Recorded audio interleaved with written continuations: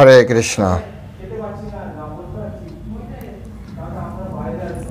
সকলকে আবারও কৃষ্ণপ্রীতি শুভেচ্ছা জানিয়ে আমাদের দৈনন্দিন যে শ্রীমদ্ ভাগবত গীতার ক্লাস, সেই গীতার ক্লাসে আপনাদেরকে স্বাগতম জানাচ্ছি। তো প্রথমে আমরা একটি ছোট্ট মঙ্গলাচরণ করব। সেই মঙ্গলাচরণের পরে আমরা আবার পুনরায় শ্রীমদ্ ভাগবত গীতার ক্লাস শুরু করব। আমরাও অনুরোধ করছি যে আপনারা প্রত্যেকে অত্যন্ত শ্রদ্ধার সহিত হাত জোড় করে এই মঙ্গলাচরণে অংশগ্রহণ করবেন, অথবা নিজেরা যারা পারেন আপনারা মঙ্গলাচরণ করবেন। ওম অজ্ঞানতিমিরন্ধস্ব জ্ঞানাঞ্জনশলাকয়া চক্ষুरुन्मिलितं येन তস্मै শ্রীগুরবে নমঃ। শ্রীচৈতন্যমনোভীষ্টং স্থাপিतं येन ভূতলে স্বয়ং রূপা কদা মায়ং দদাতি পদান্তিকম। নময়ং বিষ্ণুপাদায় কৃষ্ণপৃষ্ঠায় ভূতলে শ্রীমতে ভক্তি বেদান্ত স্বামিনিতি নামিনে। নমস্তে সরস্বতী দেবী গৌরবাণী প্রচারিণে নির্বিশেষ শূন্যবাদী পাশ্চাত্য দেশতারিণী। বাঞ্ছাকল্পতরুর্ভশ্চ কৃপা সিন্ধো বয়েব চ পতিতানাং পাবনেভ্যো বৈষ্ণবেভ্যো নমো নমঃ। হে কৃষ্ণ করুণা সিন্ধু দীনবন্ধু জগৎপতে গোপেশ গোপিকা কান্ত রাধাকান্ত নমস্তুতে। তপ্ত কাঞ্চন গৌরাঙ্গী রাধে বৃন্দাবনেশ্বরী বৃষভানুসুতে দেবী প্রণমামি হরিপ্রিয়ে। জয় শ্রীকৃষ্ণ চৈতন্য প্রভু নিত্যানন্দ শ্রী অদ্বৈত গদাধর শিবাসাদি গৌরভক্তবৃন্দ। হরে কৃষ্ণ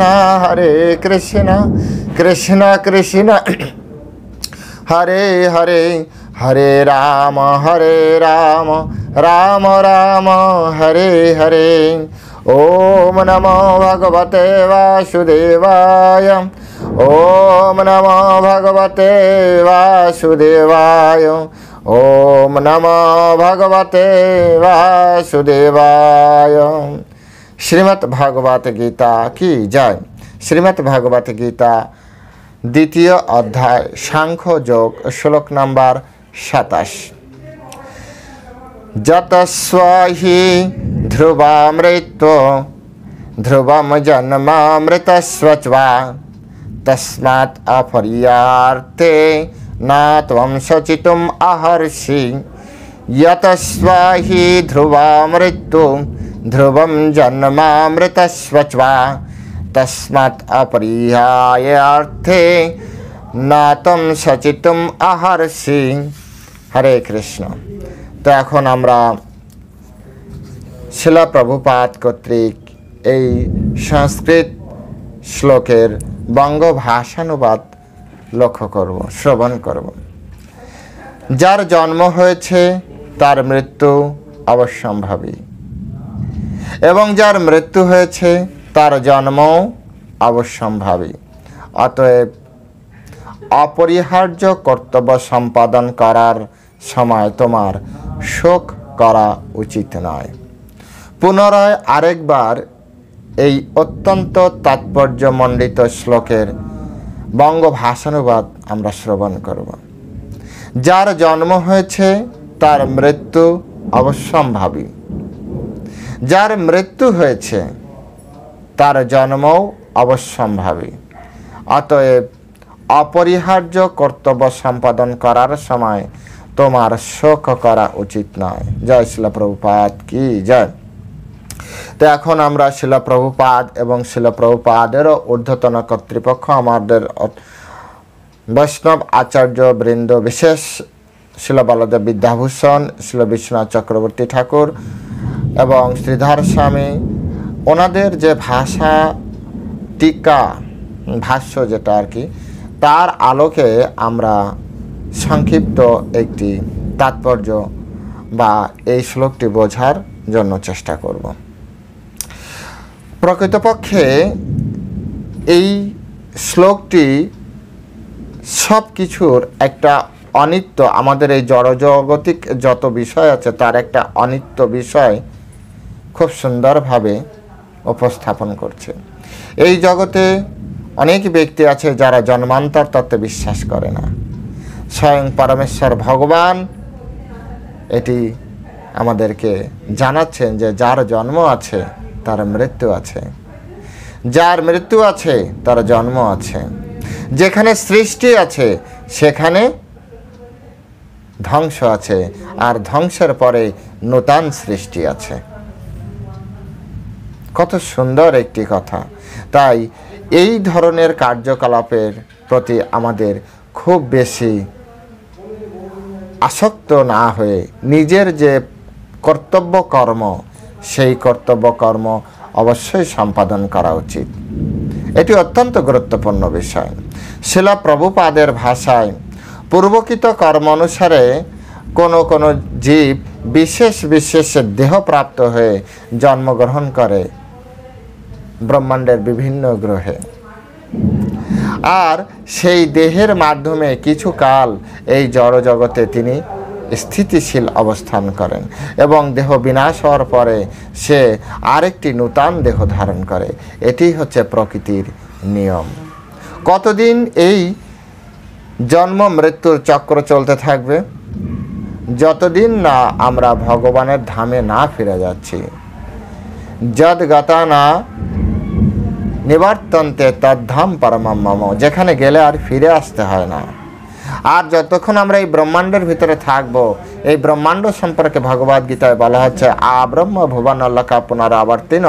এই ব্রহ্মলোক পর্যন্ত, শুধু মর্তলোক নয়, ব্রহ্মলোক পর্যন্ত হয়তো কারো আয়ু কারো কম বা বেশি, হয়তো দেবতাদের আয়ু আমাদের থেকে একটু বেশি, মুনি ঋষিদের আয়ু তো তার থেকে আরও বেশি, ব্রহ্মার আয়ু তো তার থেকে অধিক, কিন্তু একদিন না একদিন মৃত্যু নিশ্চিত আছে। মানুষের থেকেও আরও কম আয়ুর জীব এই জগতে আছে। আমি জানি না এটি সঠিক কিনা, তবে অনেক বিজ্ঞানের পত্রিকায় বা বইয়ে পড়েছি মশার আয়ু নাকি 2.5 দিন মাত্র। অর্থাৎ একটা মশা যদি শীতকালে জন্মগ্রহণ করে, সে যখন মৃত্যুবরণ করবে আর ফিরে যেয়ে তার আত্মীয় স্বজনদেরকে বলবে পৃথিবী এখন ঠান্ডায় ঠান্ডা হয়ে গিয়েছে, কারণ সে জন্ম থেকে মৃত্যু অবধি পুরো সময়টাই ঠান্ডা পেয়েছে। কত গুরুত্বপূর্ণ একটি বিষয়। আমরা শুধু আমাদের জীবদ্দশায় যতটুকু জ্ঞান আহরণ করার চেষ্টা করছি, সেই জ্ঞানের উপরে বেচ করে আমরা কোনো একটা তত্ত্ব প্রদান করি, কিন্তু তার বাইরে আরও অনেক জ্ঞান আছে। তিনি প্রকৃত জ্ঞান প্রদানকারী ব্যক্তি, যিনি সমস্ত তত্ত্ব সম্পর্কে পূর্ণভাবে জ্ঞাত। আর এই পূর্ণভাবে জ্ঞাত ব্যক্তি মাত্র একজন, তিনি হচ্ছেন পরমেশ্বর ভগবান শ্রীকৃষ্ণ। আর শ্রীকৃষ্ণের পরম্পরা ধারায় যদি কোনো গুরুদেব থাকে, সেই গুরুদেবও পূর্ণ জ্ঞান প্রদান করতে পারে। তাই আমাদের জ্ঞান গ্রহণের ক্ষেত্রে অবশ্যই গুরু পরম্পরাকে গ্রহণ করা উচিত। আজ যারা গুরু পরম্পরায় ভগবান শ্রীকৃষ্ণের এই জ্ঞান প্রাপ্তি করছে, তারা ভগবান শ্রীকৃষ্ণ যেভাবে এই জ্ঞান প্রদান করেছে ঠিক একইভাবে তারা সেই জ্ঞান গ্রহণ করতে পারছে। কিন্তু যখন গুরু পরম্পরা ছিন্ন হয়ে যায়, তখন একজন ব্যক্তি পরম্পরা ছিন্ন হওয়ার কারণে আর প্রকৃত জ্ঞানটি পেতে পারে না। আজ পরমেশ্বর ভগবান শ্রীকৃষ্ণের কৃপায় শিলা প্রভুপাদের কাছ থেকে আমরা এই জ্ঞান অ্যাজ ইট ইজ পেয়েছি। ভগবান শ্রীকৃষ্ণ শুধু সংস্কৃত শ্লোকে বলেছে যতস্যই ধ্রুবা মৃত্যু ধ্রুবম জন্ম মৃতস্য চ, যার জন্ম হয়েছে তার মৃত্যু হবে, আজ যার মৃত্যু হয়েছে তার জন্ম অবশ্যই হবে। শিলা প্রভুপাদ একই কথা বলছেন, শুধু ভাষা আলাদা। ভগবান শ্রীকৃষ্ণ সংস্কৃতিতে বলে গিয়েছেন, গুরু পরম্পরায় শিলা প্রভুপাদ তিনি বাংলায় আমাদেরকে বোঝাচ্ছেন, তিনি ইংরেজিতে আমাদেরকে বোঝাচ্ছেন, তিনি উর্দুতে, তিনি হিন্দিতে আমাদেরকে বোঝাচ্ছেন। এটাই হচ্ছে আমাদের গুরুত্বপূর্ণ। এখানে কোনো রকম সন্দেহ করা উচিত না যে আসলে কি জন্মের পরে মৃত্যু হয়, মৃত্যুর পরে জন্ম হয়। আজ আমার দেহ আছে, কাল থাকবে না, আর কাল দেহ না থাকলেও পরবর্তী যে আরেকটা দেহ এটা নিশ্চিত, এটা অনিশ্চিত নয়। হয়তোবা মনুষ্য দেহে নয়, হয়তোবা দেবতার দেহে বা পশুর দেহে, হয়তো রাক্ষস দেহে বা গাছের দেহে বা মাছের দেহে বা হাঁসের দেহে, অথবা দানবের দেহে, অথবা মুনি ঋষিদের দেহে, অথবা যদি ভগবান ধামে যেতে পারে তাহলে চিত্ত শরীরে, দেহ তো প্রাপ্তি হবেই। এতে একেবারে কোনো রকম বিন্দুমাত্র সংশয় বা সন্দেহ করা উচিত নয়। 100% কনফিডেন্টলি আমরা এটা বিশ্বাস করি, দেহ অবশ্যই প্রাপ্তি হবে। সে যাই হোক, এই যে জন্ম মৃত্যুর চক্র, হ্যাঁ, এটা হচ্ছে অনর্থক যুদ্ধ বা হত্যা হিংসাকে কোনো প্রকারে অনুমোদন করছে না। ও আচ্ছা, তাহলে জন্ম যেহেতু হবে, মৃত্যু তো হবে, তো তাকে মেরে দাও, মেরে দিলে কি এমন হবে? শ্রীকৃষ্ণ এই জন্য তাকে মারতে বলছে না যে আরে এর তো মরণ হবেই, তুমি মেরে দাও, না।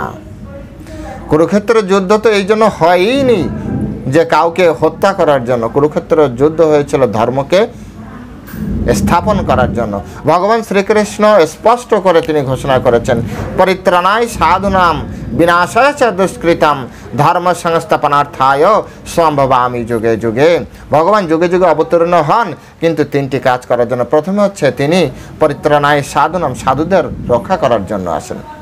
কোনোভাবে যদি সাধুদেরকে কোনো রকম হিংসাত্মক কর্মকাণ্ড ছাড়াই সাধুদেরকে রক্ষা করা যায় তাহলে ভগবান কাউকে হত্যা করবেন না কোনোভাবে। যেমন কুরুক্ষেত্রের যুদ্ধের আগে অনেকবার তিনি দূত পাঠিয়েছিলেন, অনেকবার তিনি এই যুদ্ধটাকে কিভাবে ঠেকানো যায় তিনি চেষ্টা করেছিলেন।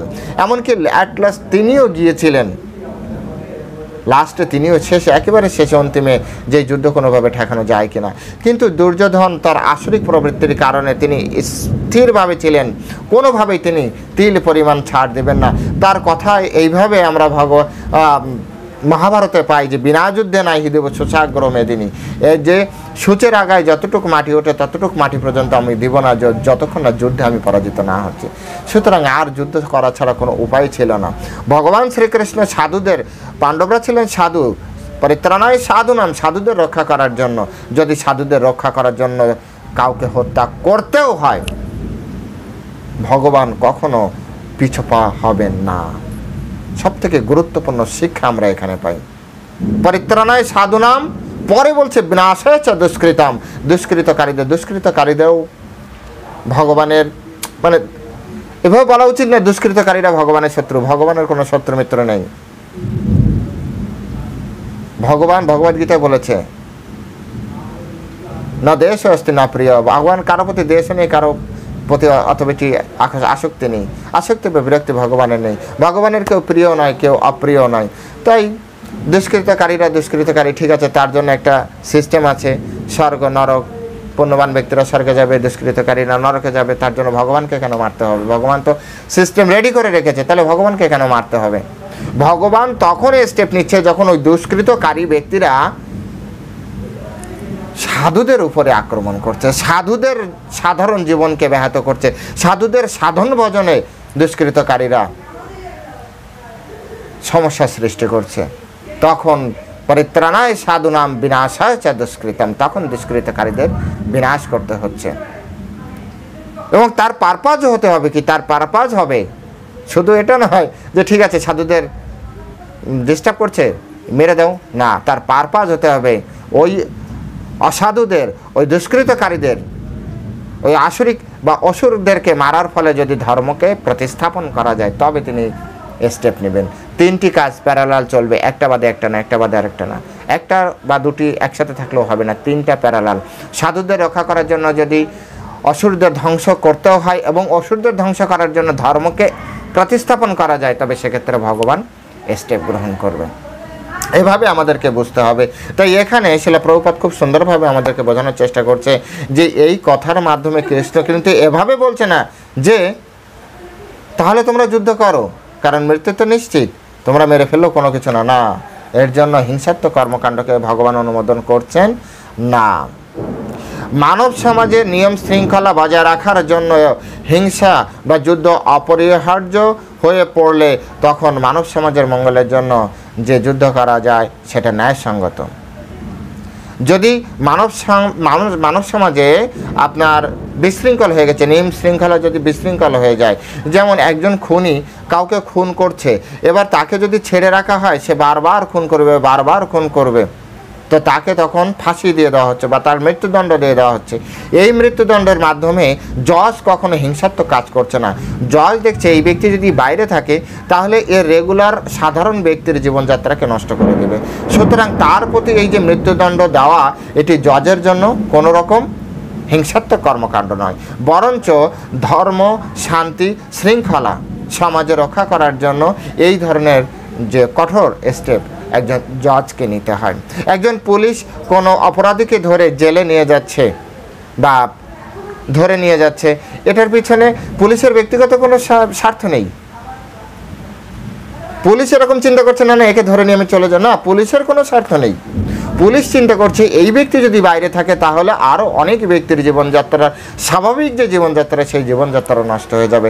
তাই সাধারণ মানুষের স্বাভাবিক জীবনযাত্রাকে সুন্দর রাখার জন্য যারা কর্তৃপক্ষ আছেন, সরকার অথবা সরকারের কর্তৃপক্ষ, সরকারের মনোনীত ব্যক্তি, তারা যদি কোনো ব্যক্তিকে শাস্তি প্রদানের মাধ্যমে, তাকে আটক করার মাধ্যমে, শাস্তি প্রদানের মাধ্যমে যদি কোনো স্টেপ নেয় তাহলে সেক্ষেত্রে সেটি হিংসাত্মক কাজ নয়, বরং সেটা ন্যায়সঙ্গত।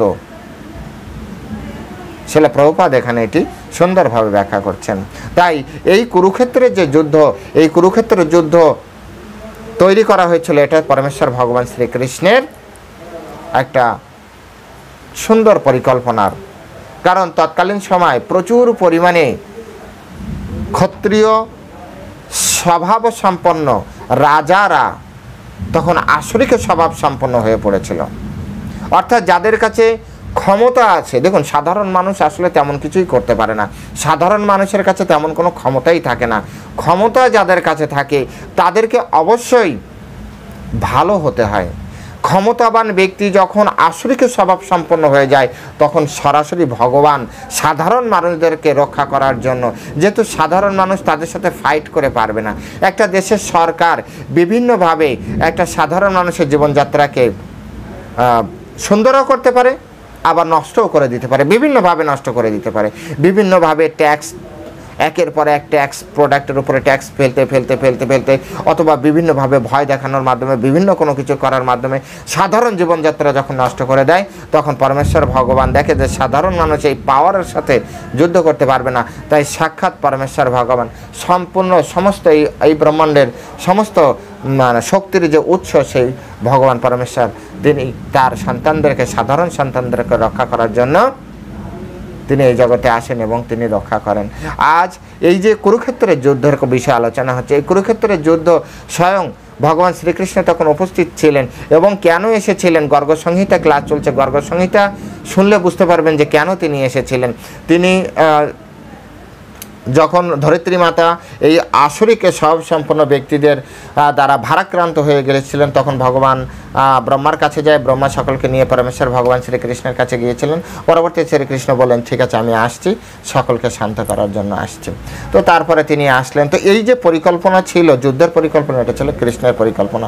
কৃষ্ণ একটা জায়গায় এনে সকলকে মারার চেষ্টা করেছে, যদিও তিনি সুদর্শন চক্রের মাধ্যমেই সকলকে মারতে পারতেন, কিন্তু তিনি তা করেননি।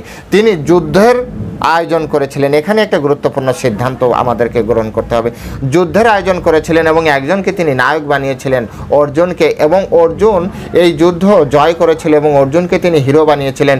কিন্তু এই যুদ্ধে যে জয় হয়েছিল তার বিনিময়ে তাকে কঠোর দান করতে হয়েছিল, কঠোর অবদান রাখতে হয়েছে, তাকে অনেক কিছু মূল্য দিতে হয়েছে। তার আত্মীয় স্বজন, বন্ধু বান্ধব, তার প্রিয় সন্তান সকলকে তিনি হারিয়ে তারপরে শ্রীকৃষ্ণের এই ধর্ম সংস্থাপনার জন্য তিনি কাজ করেছিলেন। ধর্ম সংস্থাপন, ধর্মকে এস্টাবলিশ করার জন্য আমাদের কতটা গুরুত্বের সহিত এই জগতে আমাদের জীবনযাপন করতে হবে। আজ বেশিরভাগ ব্যক্তি তারা নিজের ধর্ম ত্যাগ করেছে। কিছু ব্যক্তি যারা নিজের ধর্ম পালন করছে কিন্তু প্রচার করছে না। চৈতন্য মহাপ্রভু বলছে আচার আর প্রচার দুটি একসাথে করা উচিত। ধর্মকে মানুষের ভিতরে প্রচার করা উচিত। কিন্তু কিছু মানুষ আজও ঘরে ঘুমাচ্ছে, কিছু মানুষ আজও ধর্ম ভাবছে ও না ঠিক আছে, আমি তো জব করছি, আমি তো ঠিক আছে, কিন্তু আসলে এটি সঠিক পন্থা নয়। এটি সঠিক পন্থা নয়। ধর্মের প্রচার হওয়া চাই। ধর্মকে রক্ষা করার জন্য আমাদের অবশ্যই কিছু না কিছু করা উচিত। আজ আমি আমার জায়গায় করছি, আমার গুরুদেব, আমার সিনিয়র জ্যেষ্ঠ গুরু ভাইয়েরা বা আমাদের সমস্ত বৈষ্ণব জগৎ ধর্মকে প্রচারের জন্য প্রত্যেকের সামর্থ্য অনুযায়ী চেষ্টা করছে। আমরা আপনাদের কাছে করজোড়ে হাত জোর করে অনুরোধ করি, কমসে কম এই ভিডিও প্রত্যেকটা ব্যক্তির আপনার আত্মীয় স্বজনের কাছে অন্তত শেয়ার করার মাধ্যমে ধর্ম প্রচার করান, গীতার প্রচার করান। গীতা হিংসা প্রচার করছে না, গীতা ধর্মের প্রচার করছে। গীতাই একমাত্র সত্য, যে সত্যের মাধ্যমে পৃথিবীতে শান্তি শৃঙ্খলা রক্ষা করা যায়। গীতা আমাদেরকে শান্ত করে, শান্তিতে জীবনযাপনের উপদেশ প্রদান করে, আমাদের কর্তব্য কর্ম সম্পাদনের জন্য যাতে আমরা আসক্ত না হই, আমরা যাতে কোনোভাবে আসক্ত না হই, সেই আসক্ত না হওয়ার কারণে আজ এই গীতা আমাদেরকে শিক্ষা প্রদান করে। তাই এটা অত্যন্ত গুরুত্বপূর্ণ বিষয়, যাতে আমরা প্রত্যেকে এই গীতার জ্ঞান গ্রহণ করি। গীতা অবশ্যই আমাদের দরকার। শিলা প্রভুপাদ খুব সুন্দরভাবে এই বিষয়ে আমাদেরকে তিনি শিক্ষা প্রদান করছেন। তাই দয়া করে আপনারা এই গীতার জ্ঞান প্রদান করুন। এখানে ভগবান শ্রীকৃষ্ণ খুব সুন্দরভাবে বলছেন যে যেহেতু জন্ম হলে মৃত্যু নিশ্চিত আর মৃত্যু হলে জন্ম নিশ্চিত, তাই কোনোভাবেই কি করা উচিত নয়, কোনোভাবেই আমাদের অপরিহার্য যে কর্মকাণ্ড, সেই কর্মকাণ্ড থেকে বিরত থাকা উচিত নয়।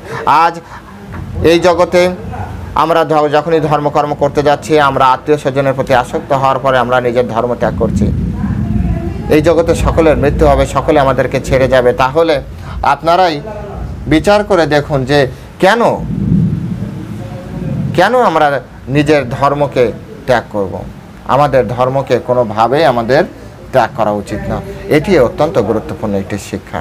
তো বুঝতেই পারছেন যে লোডশেডিং কারণে আরও অনেক কথা বলার ছিল। তো আপনারা সকলে ভিডিওগুলো শুনবেন, এর পরের শ্লোকে আরও সুন্দরভাবে আলোচনা হবে।